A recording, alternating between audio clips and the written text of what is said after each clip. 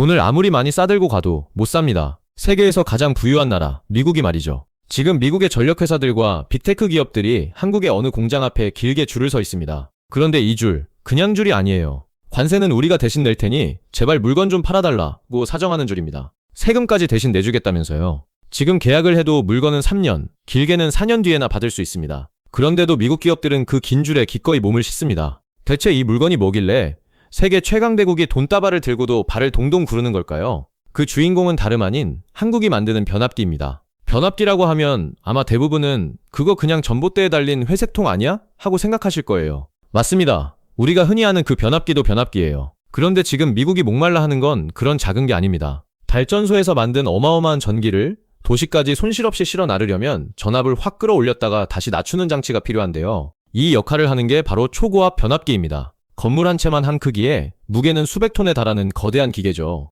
전력망이라는 거대한 몸에서 심장 같은 역할을 하는 핵심 부품입니다. 그리고 지금 이 심장이 전 세계에서 극심하게 부족합니다. 특히 미국에서요. 자, 그러면 왜 하필 미국일까요? 왜 그 넓고 부유한 나라가 변압기 하나 때문에 이렇게까지 쩔쩔매게 됐을까요? 여기엔 두 가지 사건이 동시에 터진 게 결정적이었습니다. 첫 번째는 우리가 요즘 매일같이 듣는 그 단어, 바로 AI입니다. 챗GPT가 세상에 나온 게 2022년 말이었죠. 그때부터 세상이 완전히 바뀌기 시작했어요. AI를 돌리려면 데이터 센터라는 게 필요합니다.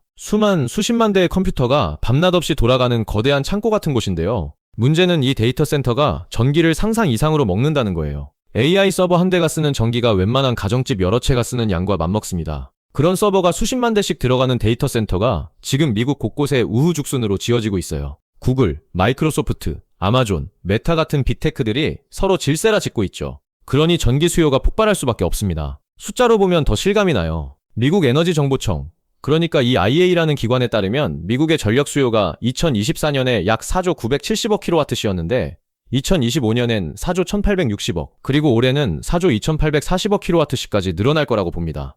매년 계속 오르는 거죠. 그런데 전기를 아무리 많이 만들어봤자 그 전기를 실어 나를 변압기가 없으면 말짱 도루묵이잖아요. 아무리 좋은 물이 콸콸 나와도 수도관이 없으면 마실 수가 없는 것과 똑같은 이치입니다. 지금 미국이 딱 그 상황이에요.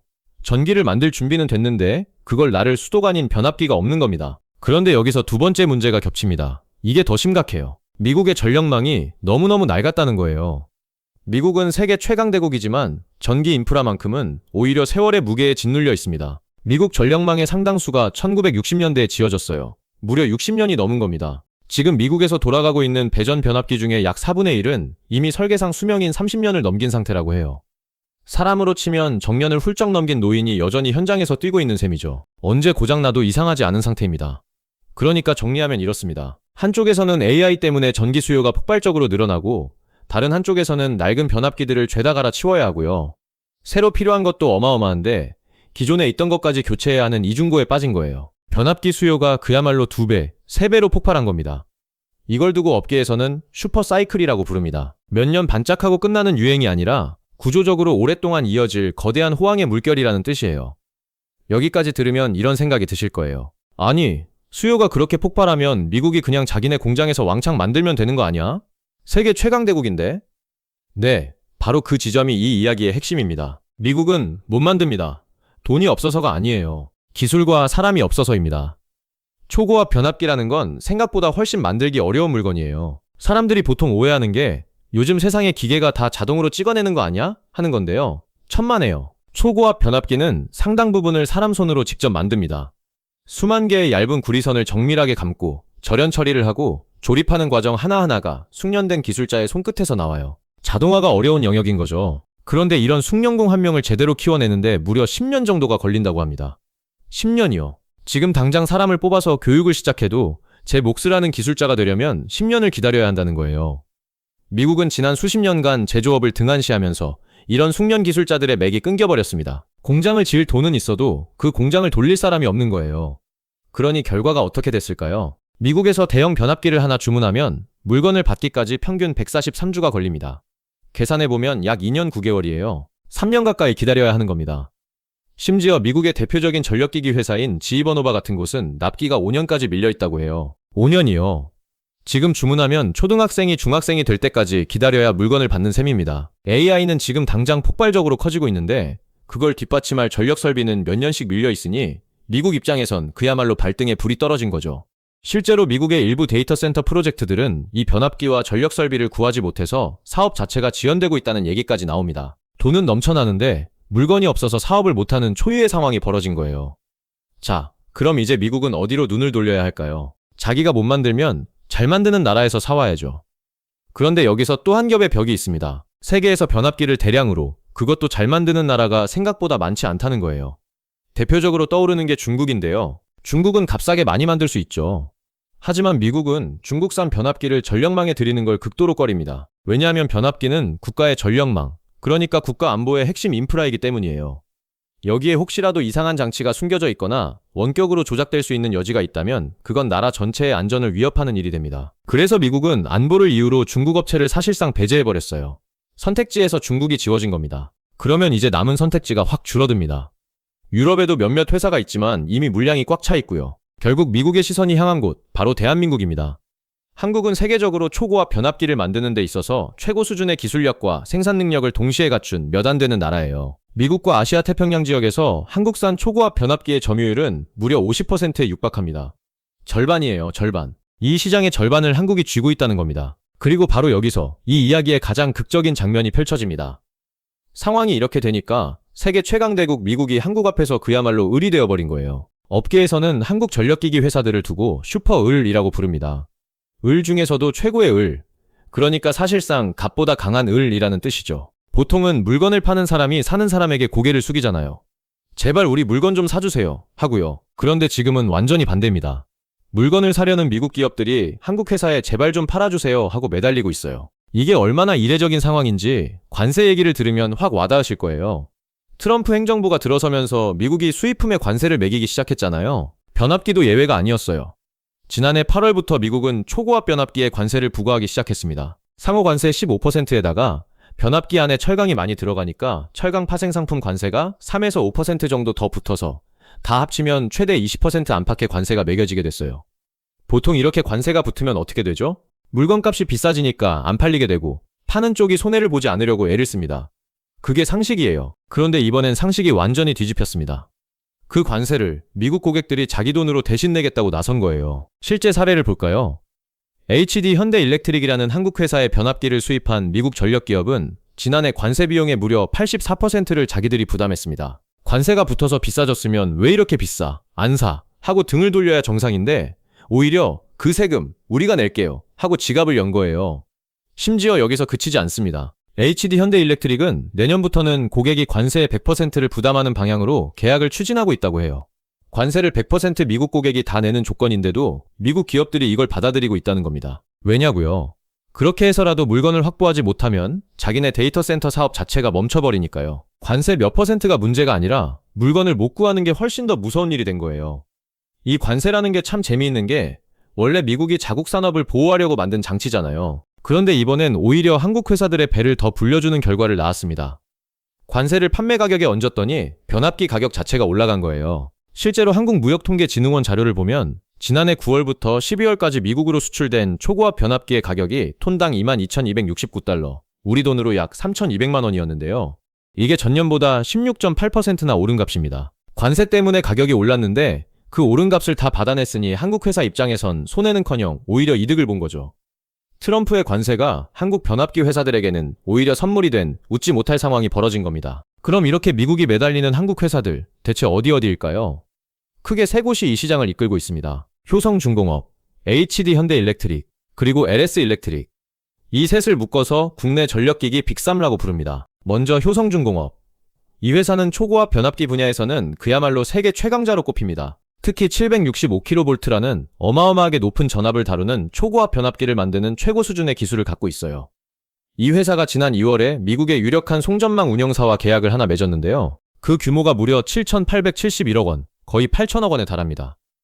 한국 기업이 미국에서 수주한 전력기기 단일 계약으로는 역대 최대 규모예요. 이 물량은 미국 중동부에 들어서는 데이터 센터용 전력 인프라에 쓰인다고 합니다. 재미있는 건 이 계약의 납품 기한이 2031년 1월까지라는 거예요. 지금 계약했는데 물건을 다 받는 건 6년 뒤예요. 그만큼 미국이 미리 아주 멀리 앞을 내다보고 물량을 확보하려고 안달이 나 있다는 뜻입니다. 그리고 효성중공업은 실적도 어마어마합니다. 대신증권 같은 증권사의 분석에 따르면 효성중공업이 창사 이래 처음으로 연간 영업이익 1조 원을 넘기는 이른바 1조 클럽에 들어갈 걸로 전망됩니다. 변압기 하나 잘 만들어서 회사가 완전히 새로운 차원으로 도약하고 있는 거예요. 이 회사는 여기서 멈추지 않고 미국 테네시주 멤피스에 있는 공장에 4억에서 5억 달러, 우리 돈으로 최대 7천억 원이 넘는 돈을 쏟아부어 생산 능력을 키우고 있습니다. 이 멤피스 공장은 미국 내에서 유일하게 765kV짜리 초고압 변압기를 직접 설계하고 생산할 수 있는 곳이에요. 그러니까 미국 땅 안에서 가장 높은 등급의 변압기를 만드는 공장이 한국 회사 소유라는 겁니다. 상징적인 장면이죠. 다음은 HD 현대 일렉트릭. 이 회사도 무섭게 성장하고 있어요. 북미 지역 매출만 봐도 그 성장세가 눈에 확 들어옵니다. 2022년에 4,200억 원 수준이던 북미 매출이 2023년에 7천억 원을 넘기더니 2024년엔 1조 원을 돌파했고요. 그리고 이제는 사상 처음으로 연간 2조 원 매출을 눈앞에 두고 있습니다. 불과 몇 년 사이에 5배 가까이 뛴 거예요. 이 회사 역시 효성중공업처럼 765kV 초고압 변압기가 주력 무기고요. 미국 엘라베마에 있는 공장을 계속 증설하면서 생산 능력을 끌어올리고 있습니다. 마지막으로 LS 일렉트릭. 이 회사는 조금 다른 길을 파고 있어요. 직류, 그러니까 DC 전력기기 솔루션으로 미국 시장을 공략하고 있습니다. 좀 어렵게 들릴 수 있는데요. 간단히 말하면 데이터 센터처럼 전기를 엄청나게 많이 쓰는 곳에서는 직류 방식이 전력 손실을 줄여주는 장점이 있어요. LS 일렉트릭은 이 강점을 살려서 북미의 대형 데이터 센터에 전력 설비를 공급하며 새로운 시장을 개척하고 있습니다. 그리고 2030년까지 미국 시장에 3,500억 원을 투자해 현재 생산 능력을 확대하겠다고 밝혔어요. 자, 그럼 이제 이 제목에 등장한 그 숫자, 수주잔고 얘기를 해볼까요? 수주잔고라는 게 뭐냐면요.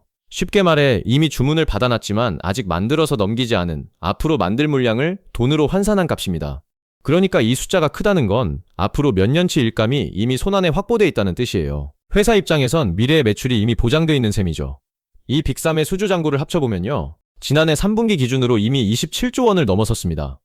그런데 1년 전, 그러니까 2024년 3분기에는 이 합산 수주잔고가 15조 3,300억 원이었어요. 단 1년 만에 78%나 폭증한 겁니다.